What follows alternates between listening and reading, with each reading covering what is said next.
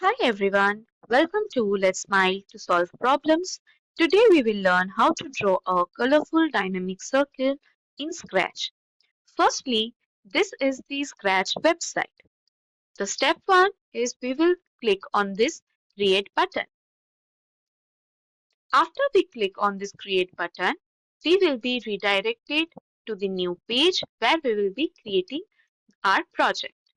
Now just click on this close button which will be telling you to see the tutorials. Now, for this one to make a circle, we need to get a pen extension. So let's add it to our project.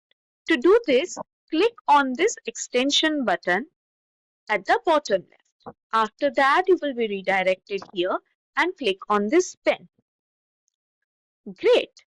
Now, your pen block has been added here. So after we have added this pen block, the first very step is to bring this green flag. So to bring this green flag, we need to click on events and when drag this one. That is when green flag clicked. That means when we will be clicking this green flag. Next comes one major thing where we want to tell this cute cat to say that we are drawing a circle. So we need to click on this sound and we need to go on to the looks and we need to just scroll down a bit and say this one thing and drag it out. Where in the hello section you will be writing, let's draw a circle. So this sweet little cat will say, let's draw a circle. Okay. Now the next step is the pen block which we added. We will click on that. Now we will drag this erase on. This means that if anything have been drawn in the segment, this segment where I am rotating my pointer, so it will erase all the things which was previously drawn. Now we will drag the pen down. Pen down means we will be activating this pen to start working. Okay, think it like it as a button. Okay, the next very interesting thing is we want to make the circle to be red circle, that is colorful circle. So we will be bringing this one, that is set pen color to, and we will set the color as red. Okay, so these are the things which we have done. Now as we are making circle, what we will do, we will go to control. As we go to control, we will drag this repeat segment and add this.